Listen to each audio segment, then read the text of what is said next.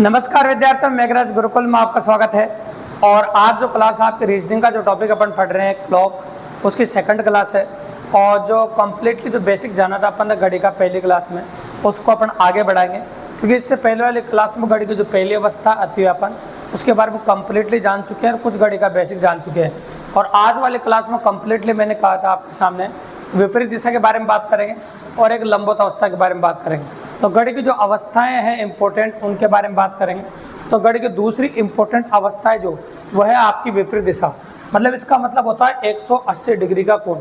जब घड़ी की दोनों सुइयों के मध्य 180 डिग्री का कोण बनता है तो इस अवस्था को हम विपरीत दिशा कहते हैं। तो घड़ी के दोनों सुइयों के मध्य 180 डिग्री का कोण बने तो वह अवस्था आपकी विपरीत दिशा कहलाती है। तो घड़ी में फिक्स 6 बजते हुए देखा होगा आपने, 6 बजे घंटे वाली सुइयाँ होती है और मिनट वाली सुइयाँ होती है, और इन दोनों के बीच में 180 डिग्री का कोण बनता है। इधर से देखो चाहे इधर से देखो, आपकी इच्छा हो जिधर से देखो, कोई फर्क नहीं पड़ता है। दोनों साइड में से किधर से भी देखो, घड़ी की दोनों सुइयों के मध्य 180 डिग्री का कोण ही बनता है। तो हम कह सकते हैं कि 1 घंटे में घड़ी की दोनों सुइयाँ एक बार विपरीत होती है। 1 घंटे में एक बार विपरीत होती है। तो 1 घंटे में एक बार विपरीत होती है, तो बताइए 12 घंटे में कितनी बार होती है? जब 1 घंटे में एक बार विपरीत होती है तो 12 घंटे में 11 बार विपरीत होती है। तो अपन कह सकते हैं आपके सामने का 12 घंटे में 11 बार विपरीत होती है। तो 12 घंटे में 11 बार विपरीत क्यों होती है? भैया 12 बार होनी चाहिए। तो भैया यहाँ भी एक अपवाद आती है अपन की तरह, 5 और 7 के बीच होने में तो 2 घंटे होते हैं भैया, लेकिन 2 घंटे में 2 बार नहीं होकर 1 बार होती है। 2 घंटे में 2 बार नहीं होकर 1 बार होती है। यही कारण है कि 12 घंटे में 12 बार नहीं होकर 12 घंटे में 11 बार होती है। 12 घंटे में 12 बार नहीं होकर 12 घंटे में 11 बार होती है। और 12 घंटे में 11 बार होती है तो 24 घंटे में 22 बार होती है। ये क्वेश्चन तो कई बार एग्जाम में पुटअप किया जाता है। घड़ी के दोनों सुइयाँ 24 घंटे में कितनी बार विपरीत होती है? अपन कह सकते हैं 24 घंटे में 22 बार विपरीत होती है। अपन कह सकते हैं 24 घंटे में 22 बार विपरीत होती है, ऐसा कह सकते हैं। अब यहाँ से एक छोटा सा क्वेश्चन ले रहा हूँ मैं, और क्वेश्चन ये कहता है घड़ी की दोनों सुइयाँ 4 से 8 बजे के मध्य अधिकतम कितनी बार विपरीत होती है? तो आप जानते हैं तो 4 से 5 बजे के बीच में होती है, 7 से 8 बजे के बीच में होती है, और यहाँ वैसे 2 बार होना चाहिए लेकिन 2 बार नहीं होती है। तो आप कैसे अधिकतम 3 बार होती है। आप कैसे मैक्सिमम 3 टाइम्स, मतलब आंसर हो गया आपका अधिकतम 3 बार होती है। मैक्सिमम 3 टाइम्स मतलब अधिकतम 3 बार होती है। तो 3 बार विपरीत होती है। तो घड़ी की दोनों सुइयाँ 6 बजे अधिकतम कितनी बार होती है? 3 बार विपरीत होती है। ये अपन कह सकते हैं आपके सामने 4 से 8 बजे के मध्य। अब मेन मुद्दा आता है विपरीत समय। इसमें बड़े क्वेश्चन कैसे बनते हैं? तो भैया बड़े क्वेश्चन बनते हैं इसमें विपरीत समय निकालने से। तो विपरीत समय कैसे निकलता है उसके बारे में बात करेंगे। देखिए विपरीत समय वैसे निकलता है, बजगर भी आता है। तो अपन ने बजगर लिख दिया आपके सामने। 60/11 भी आता है और समय भी आता है। ये सेम टू सेम अतिव्यापन में भी आता था, लेकिन अतिव्यापन में इसमें अंतर है भैया, वहाँ +-6 नहीं आता था, यहाँ +-6 आएगा। जैसे +-6 लिखा, आपको मन में एक सवाल उत्पन्न हो जाएगा, सर +6 कब आएगा, -6 कब आएगा? तो मैं कह सकता हूँ आपके सामने यदि समय जो दे रखा है आपको वो प्लस हो, है ना, तो 6 से अधिक का हो, यूँ कह सकते हैं आप। समय 6 से कम हो, 6 से कम या 6 हो, 6 से कम या 6 हो, तो क्या आ जाएगा बताओ? आपको प्लस आएगा माइनस आएगा? अगर यहाँ समय ले लें अपन 6, 1, 2, 3 तो जुड़ जाएगा। देखो प्लस ले सकते हैं अपन, और माइनस ले लेंगे अपन 6 से अधिक। और समय अगर 6 से अधिक का हो तो माइनस आएगा 6 से अधिक, है ना।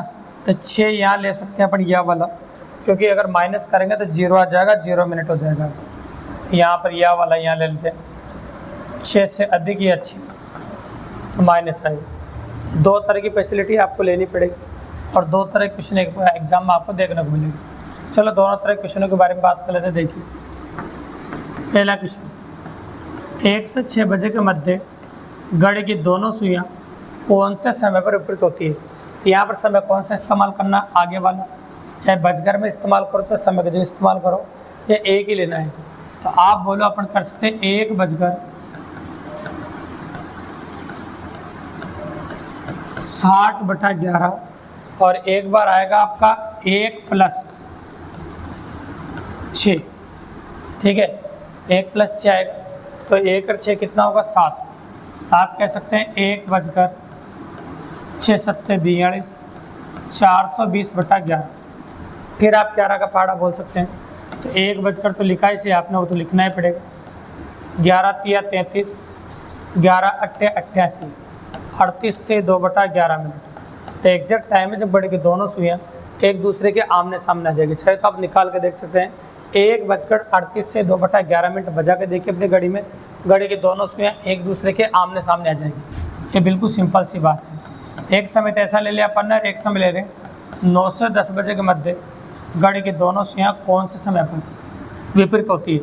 समय 9 ही काम आएगा नहीं, तो 9 को काम लेंगे अपन। तो मैंने लिखा 9:60/11 और एक बार तो 9 - 6 लिख दूँ। तो 9 - 6 कितना हो गया आपका 3। तो 3 को 60 से गुणा कर दो। जैसे 3 को 60 से गुणा करोगे 180 आ जाएगा। 180/11। अब 180 में 11 का भाग लगा दो आप। 11 × 1 = 11, 11 × 5 = 66, 16 से 4/11 मिनट। आंसर हमेशा मिस्र बिन में देना भी। अगर मिस्र बिन में जवाब देते हो तो काफ़ी इजीली अप्रोच कर सकते हो। तो विपरीत दिशा में पहले इसकी बेसिक चर्चाएं करी अपन ने, बेसिक क्वेश्चन कैसे बनते हैं, और बेसिक क्वेश्चन के बाद अपन ने बात करी आपके सामने इसके बड़े वाले क्वेश्चन के बारे में। तो जो अपन ने विपरीत दिशा के बारे में बताया ना आपको 180 डिग्री कोण, इसके बाद आज तक कोई क्वेश्चन इसमें नहीं पूछा है। अगर ईमानदारी से आपने सुना है सेकंड अवस्था विपरीत दिशा में, तो काफ़ी इजीली एग्जाम में क्वेश्चन कर पाएंगे आप, और काफ़ी आसानी से करेंगे। ये थी आपकी घड़ी की दूसरी अवस्था, जिसे कहते हो आप विपरीत दिशा। इसके बाद आती है आपकी अब घड़ी की तीसरी अवस्था, जिसे कहते हैं भी अपन लंबवत दिशा। घड़ी की जो तीसरी अवस्था है वह कहलाती है आपकी लंबवत दिशा। और लंबवत दिशा का मतलब होता है भी 180 डिग्री का कोण। लंबवत दिशा का मतलब होता है 180 डिग्री का कोण। सॉरी, 180 डिग्री कोण तो लिए है अपन ने। लंबवत अवस्था का मतलब होता है 90 डिग्री कोण। ये लंबवत अवस्था होता है आपका 90 डिग्री का कोण। 180 का तो विपरीत दिशा में लिया था। लंबवत अवस्था में कोण जो होता है आपका वो होता है 90 डिग्री का। मतलब जब घड़ी के दोनों सुइयों के बीच में 90 डिग्री का कोण बनता है तो इस अवस्था को हम लंबवत अवस्था कहते हैं। जब घड़ी के दोनों सुइयों के मध्य 90 डिग्री का कोण बनता है तो ये अवस्था लंबवत अवस्था कहलाती है। आप जानते हैं यहाँ 12 बजता है, 6 बजता है, 3 बजता है, 9 बजता है। 1, 2, 4, 5, 7, 8, 9, 10, 11 ये हो जाएगा। और आपने फिक्स 3 बजते हुए देखा होगा। तो फिक्स 3 बजती है, एक सुइयाँ होती है, एक सुइयाँ होती है, ऐसे सुई होती है। और फिक्स 9 बजते हुए देखा होगा। जब फिक्स आपका 3 बजता है तो घड़ी के दोनों सुइयों के मध्य 90 डिग्री का कोण होता है। तो जब घड़ी की दोनों सुइयों के मध्य 90 डिग्री का कोण बने तो इस अवस्था को हम लंबवत अवस्था कहते हैं। जब घड़ी की दोनों सुइयों के मध्य 90 डिग्री का कोण बने तो इस अवस्था को हम लंबवत अवस्था कहते हैं। ठीक है, तो देखो फिक्स 3 बजे बन रहा है, घड़ी के दोनों सुइयों के मध्य 90 डिग्री का कोण, ये अवस्था लंबवत अवस्था कहलाती है। मेन मुद्दा ये है कि घड़ी की दोनों सुइयाँ ये एकमात्र ऐसी अवस्था है जो हर आधे घंटे में लंबवत होती है, मतलब 1 घंटे में 2 बार होती है। ये घड़ी की एकमात्र ऐसी अवस्था है जो 1 घंटे के अंदर 2 बार होती है। तो 1 घंटे के अंदर 2 बार होती है ये अवस्था, इसलिए इम्पोर्टेंट है, ऐसा कह सकते हैं अपन। मतलब 1 घंटे में 2 बार हो जाती है ना, ऐसा कहते हैं। तो बताओ 12 घंटे में कितनी बार होगी? 1 घंटे में 2 बार होगी, तो 12 घंटे में 22 बार होगी। और 22 बार क्यों होती है? क्योंकि इसमें 2 जगह अपवाद पाया जाता है। 2 से 4 बजे के मध्य होने में तो 2 घंटे होते हैं, लेकिन 2 घंटे में 4 बार नहीं होकर 3 बार होती है, 1 बार कम हो जाता है। इसी प्रकार से 8 से 10 बजे के मध्य होने में तो यहाँ 2 घंटे होते हैं। 2 घंटे में यहाँ 4 बार नहीं होकर 3 बार होती है, 1 बार यहाँ कम हो जाती है, 1 बार यहाँ कम हो जाती है। यही कारण है कि 12 घंटे में 24 बार नहीं होकर 22 बार होती है। 12 घंटे में 24 बार नहीं होकर कितनी बार लंबवत होती है? 22 बार लंबवत होती है। अब 12 घंटे में 22 बार होती है तो 24 घंटे में 44 बार लंबवत होती है। तो this question repeated in many times in India. तो भारत के टॉप मोस्ट एग्जाम में ये क्वेश्चन कई बार रिपीट हो चुका है। घड़ी के दोनों सुइयाँ 24 घंटे में कितनी बार लंबवत होती है? अपन कह सकते हैं घड़ी के दोनों सुइयाँ 24 घंटे में 44 बार लंबवत होती है। अब 24 घंटे में 44 बार लंबवत होती है। यहाँ पर एक बेसिक क्वेश्चन ले लेता हूँ मैं। देखो, घड़ी की दोनों सुइयाँ 1 से 5 बजे के मध्य अधिकतम कितनी बार लंबवत होती है? 1 से 5 बजे के मध्य अधिकतम कितनी बार लंबवत होती है? तो आप जानते हैं 1 से 2 के मध्य यहाँ 1 बार होती है और यहाँ 2 बार, सॉरी, और यहाँ भी 2 बार होती है, 2 बार यहाँ, 2 बार यहाँ और यहाँ 3 बार, तो मैक्सिमम कह सकते हो 7 बार होती है। तो 1 बजे से 5 बजे तक अधिकतम 7 बार लंबवत हो जाती है। अधिकतम जो लंबवत होती है वो 7 बार हो जाती है, ऐसा कह सकते हैं अपन। अधिकतम जो लंबवत होती है वो 7 बार हो जाती है। अब आते हैं मेन मुद्दा लंबवत समय। तो लंबवत समय किस प्रकार से निकाला जाता है? तो मेन मुद्दा जो होता है वो लंबवत समय का होता है। अभी लंबवत समय कैसे निकलेगा वो देखिए। तो लंबवत समय निकलेगा, बजकर तो लेना ही पड़ेगा आपको। ये बजकर ले लिया अपन, 60/11 भी ले लिया, ये भी था वहाँ पर, समय भी ले लिया यहाँ। लेकिन एकमात्र इम्पोर्टेंट बात है, यहाँ ±3 आता है। अभी वहाँ +-6 आता था, या +-3 आता है। अब तुम्हारे मन में एक सवाल आ रहा होगा, सर +3 कब आएगा और -3 कब आएगा? मैं कहूँगा भाई दोनों आएंगे, +3 भी आएगा और -3 भी आएगा। मैं कहूँगा आपसे दोनों आएंगे, +3 भी आएगा और -3 भी आएगा। आप सोच रहे हो सर दोनों क्यों आएंगे? दोनों आएंगे क्योंकि एक घड़ी की दोनों सुई 1 घंटे में 2 बार लंबवत होती है और 1 घंटे में 2 बार लंबवत होती है, दोनों आते हैं। अब यह 2 इंपॉर्टेंट बातें जो आपको काम आने वाली है। कई बार समय ऋणात्मक देखने को मिलता है भैया। यदि समय ऋणात्मक आ जाए, यदि समय ऋणात्मक आ जाए, ऋणात्मक आ जाए तो 12 जोड़कर, ये याद रखिएगा, क्वेश्चन करेंगे ऐसा, 12 जोड़कर प्रश्न को हल करेंगे, प्रश्न को हल करेंगे। ये याद रखिएगा, यदि सभी ऋणात्मक आ जाए तो 12 जोड़कर प्रश्न को हल करेंगे। और एक होता है समय कई बार 12 से अधिक हो जाता है। यदि समय 12 से अधिक का हो जाए, अधिक का आ जाए तो 12 घटाकर प्रश्न को हल करेंगे। 12 घटाकर प्रश्न को हल करेंगे तो वहाँ 12 जोड़ेंगे, यहाँ 12 घटाएंगे। अब पहले सिंपल क्वेश्चन लेंगे, फिर इस प्रकार का 12 घटाने और 12 जोड़ने वाला क्वेश्चन भी लेंगे। तो पहला क्वेश्चन तो मैं ये ले रहा हूँ आपके सामने, जिसमें ना तो 12 घटाना पड़ेगा ना 12 जोड़ना पड़ेगा, तो मतलब सिंपल क्वेश्चन ले लेंगे। सिंपल ये 5 से 6 बजे के मध्य घड़ी की दोनों सुइयाँ कौन कौन समय पर लंबवत होती है? तो आप जानते हैं 2 समय निकल के आएंगे, तो 5 से 6 बजे के मध्य। तो दोनों समय निकाल के बताता हूँ मैं आपको। 5:60/11, एक बार तो लेना आपको 5 + 3 और एक बार लेना पड़ेगा 5 - 3, क्योंकि एक बार +3 और एक बार -3। एक बार ले लिया आपने 5 - 3, इन दोनों को सोल्व करते हैं। 5 और 3 कितना होता है? 8 और 6 × 8 = 48। तो 48 हो गया, मतलब 5:480/11 मिनट। ठीक है, ये होता है 2 और 120 हो जाएगा ये, तो 5:120/11। ठीक है, अब 11 का फाड़ा बोल देंगे यहाँ पर, जिसमें आपका आंसर हो जाएगा, क्योंकि मिश्र बिन मांसर मिलेगा एग्जाम के अंदर। तो 11 × 4 = 44, हासिल 4, 11 × 3 = 33, 47 से 7/11 मिनट। ये एग्जैक्ट आंसर है पहला वाला, है ना। ये 5:30 से 6 बजे के मध्य का।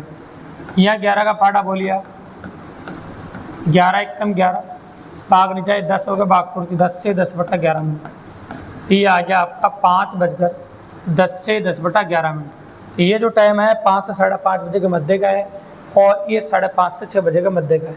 मैंने कहा था 2 टाइम निकल के आएंगे। यहाँ तो देखो, न तो 12 जोड़ना पड़ा ना 12 घटाना पड़ा। अब हम ऐसे क्वेश्चन भी करने वाले हैं जिनमें 12 जोड़ना पड़ता है और 12 घटाना पड़ता है। तो कैसे क्वेश्चन होते हैं देखिए आप। तो क्वेश्चन नंबर 2 देखिए। तो क्वेश्चन नंबर 2 क्या कहता है आपका? 1 से 2 बजे के मध्य घड़ी की दोनों सुइयाँ कौन कौन समय पर लंबवत होती है? ठीक है, 1 से 2 बजे के मध्य घड़ी की दोनों सुइयाँ कौन कौन से लंबवत होती है? तो अपन समय एक ही काम में लेंगे, 1:60/11। एक बार तो 1 + 3 लिख दो, ठीक है। फिर लिखा अपन ने 1:60/11, एक बार लिखा 1 - 3। 1 और 3 तो 4 होता है, 4 को 60 से गुणा किया 6 चौक 24, ये होगा 240/11। 1 बजकर 240/11। अब 11 का पाड़ा बोल सकते हैं इसमें, तो